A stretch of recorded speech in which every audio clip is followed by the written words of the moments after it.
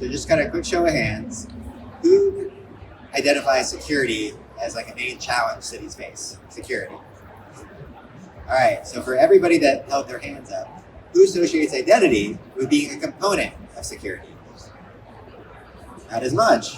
Okay, let's demystify this, shall we? So identity, again, it's a pretty broad topic. So how we're going to be covering it here is through the context of our online and offline identity and what that actually means. And then kind of go through, with identity being so key in cities, there's a lot of companies and services that offer it. And sometimes it can get confusing in terms of which identity management service actually produces the result that we all desire.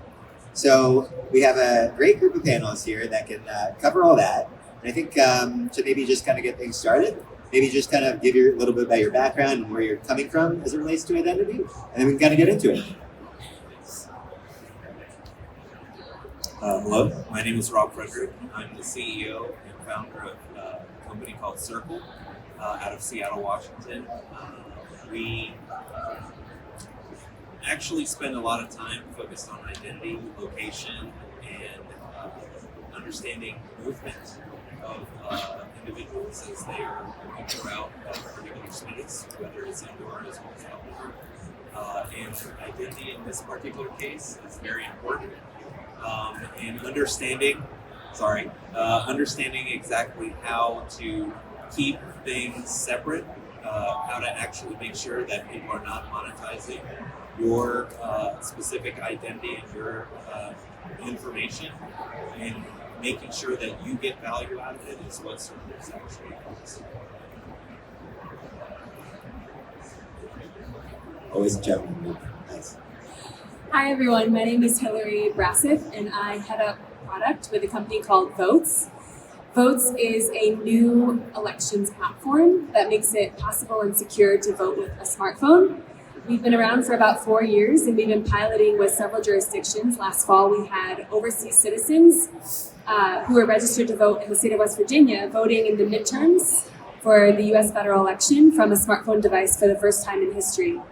So in terms of identity, we think about this all the time because the challenge to any voting system is that you not only have to authenticate that you are who you say you are, but then we have to make that remain anonymous.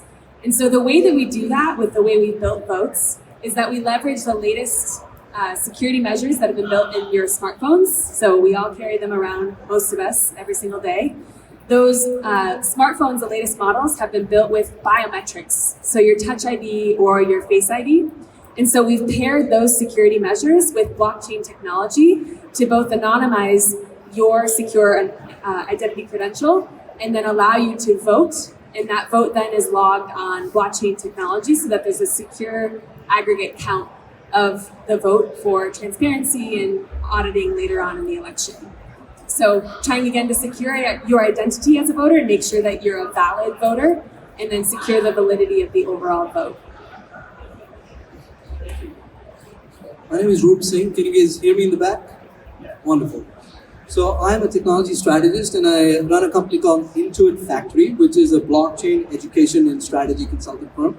And as such, I gave a TEDx talk recently on identity.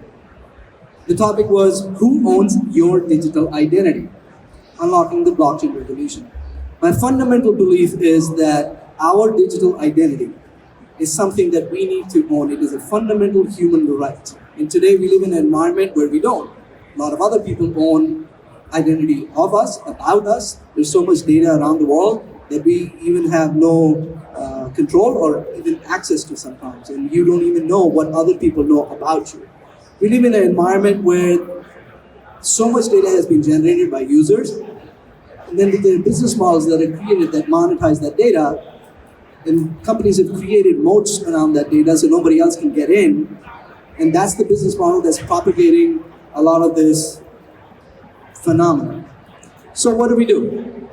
I think blockchain has a few answers, but it's not just going to be blockchain alone, it's a combination of a few technologies. So the fact that you are here, think about your personal identity in a non-digital sense, in an offline sense, in terms of documents, in terms of any kind of government identity you have, And then think about your digital identity, your digital footprint. And in a digital economy, how far can you take that? And then think about what is the security risk behind it. I got one. Good. So actually, let's to kind of get it going. Let's stick with Roop actually. So you mentioned that it's a kind of a combination of technologies, and we're at a smart city conference, and obviously cities are fairly complex in terms of how they procure products and services. Generally speaking, they procure them in silos, right? Our identity in itself has to, if it combines a few technologies, it has to be quite integrated. So what would you say that cities need to be looking out for as they try to embrace identity as a core piece of creating defensibility against threats, security, and so forth? Yeah, so there's a few pieces. Let's just start with individuals and consumers and citizens of the city. So first thing is, blockchain has a number of use cases. It's a foundational, fundamental technology that can be applied to so many different areas. So you have to talk very specific in terms of which use case you're looking at. In terms of identity, as I said before, let's look at your IDs. I think all the IDs that we have in this world eventually are going to be on some blockchain-based platform. Then let's look at some applications like voting, or something that is derived from data, so redistricting, or how many resources go to some particular segment of the city. That's all based on number of people that live there and the demographic of those people, where do they go to school, what activities do they have. That's all form of a broader thing that we call identity. So eventually that needs to be digitized and then secured on some kind of a blockchain network. Now let's go further. If you talk about the notion of smart cities, what we will be connected in so many different ways. So there's identity of humans, but then there's identity of devices. So each camera that you see in your neighborhood, each traffic light, perhaps next you'll see drones for security, you'll see autonomous cars for security. All those devices have identity of themselves. We are coming to that world where there's going to be ubiquitous data about us and for us, but how is it getting stored? How is it protected? How is it being secured? And that's where I think blockchain will have as an underlying layer to connect this entire stack of IoT and big data. So and we're going to go to Hillary next, but you mentioned a lot of initiatives like autonomous vehicles, and cameras, and even drones and things like that. So as I kind of scanned all these cities across the world, I find that they're very kind of forward thinking about embracing these technologies. They talk a lot though about civic engagement, but yet mobile voting hasn't seemed to take off.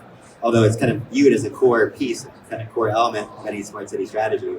So maybe Hillary, if you kind of want to talk through maybe why mobile voting isn't, because we all have smartphones, we're used to clicking buttons. So maybe you kind of want to walk through why perhaps mobile voting hasn't really launched off or scaled, even maybe as far as 10 years ago. What's kind of the hiccup? Sure. I think as with many government services, and partially by virtue of the procurement process, government often is a little bit more slow to adopt innovation. And I think specifically with elections, there's a lot of fear and unknown, with valid reason, from 2016, 2000, of how do we make sure that our elections infrastructure is built with integrity and resiliency. And so what we've built wasn't even possible 5 years ago. Honestly, the innovations that have happened in the last 5 years and kind of the teasing out of blockchain as this really compelling underlying infrastructure of Bitcoin and making sure to communicate that that's something entirely separate than just cryptocurrency, that there's a lot of applications outside of just financial for blockchain.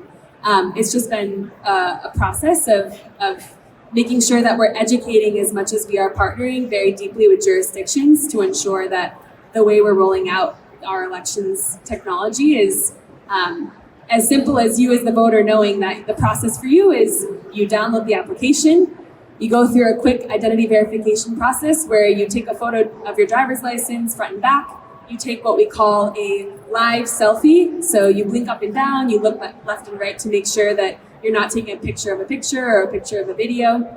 At that moment, your identity is back-checked against the state voter registration database to verify that you are registered to vote and that you're a valid human being.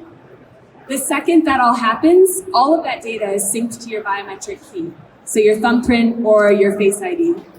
We then delete all of the identifying documents because we don't want to hold on to any of those because that increases our vulnerability footprint, and we don't need them at that point, quite frankly, because all you need is your biometric token to access your ballot from that point forward.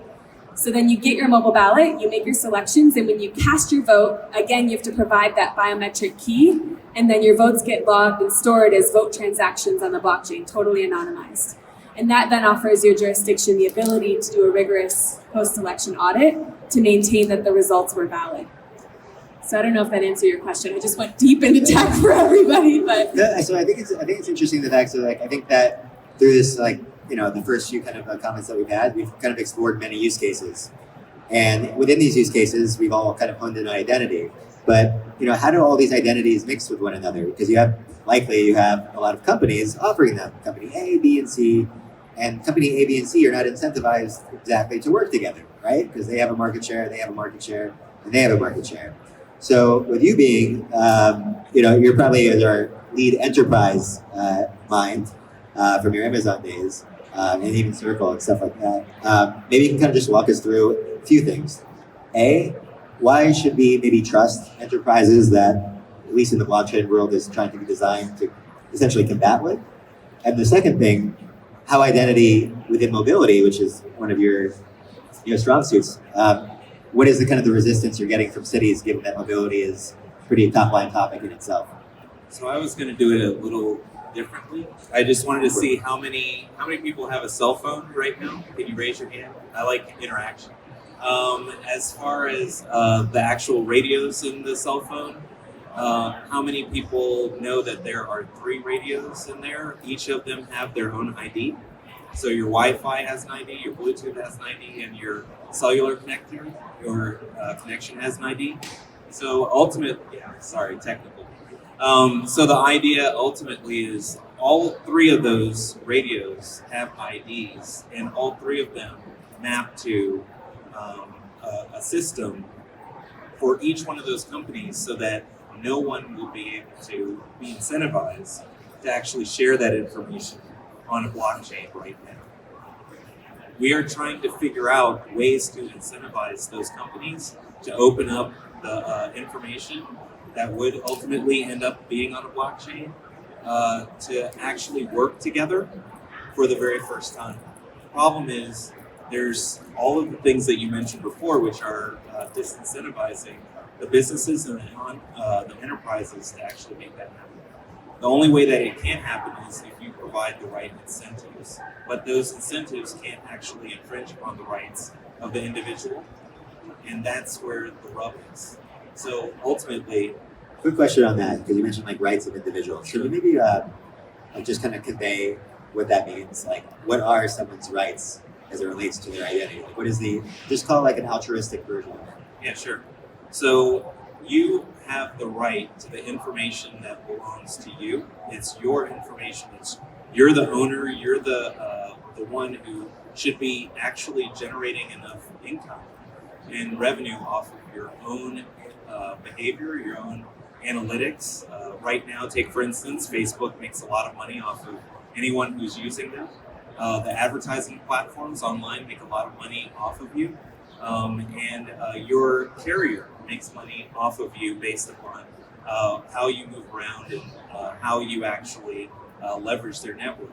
If you can figure out a way, and this is what Circle is really trying to do in the big picture, of actually taking some of that spend from the advertisers, from the things that are happening in the online world, and put that money or a percentage of it back into your pockets as an incentive. That is our end goal. And the only way that we can do that is through the democratization of the blockchain type of solutions that all of us are talking about.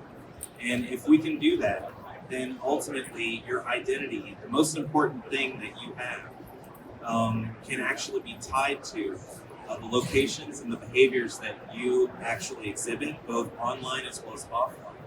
And then that can be used as an incentive back, so that you can actually end up making money just by moving throughout the physical world. And if you can do that, then you have your options, you have your enterprises, you have your brands, you have your advertisers actually making sure that the ideas and the beliefs that we have together here up on stage can actually come true.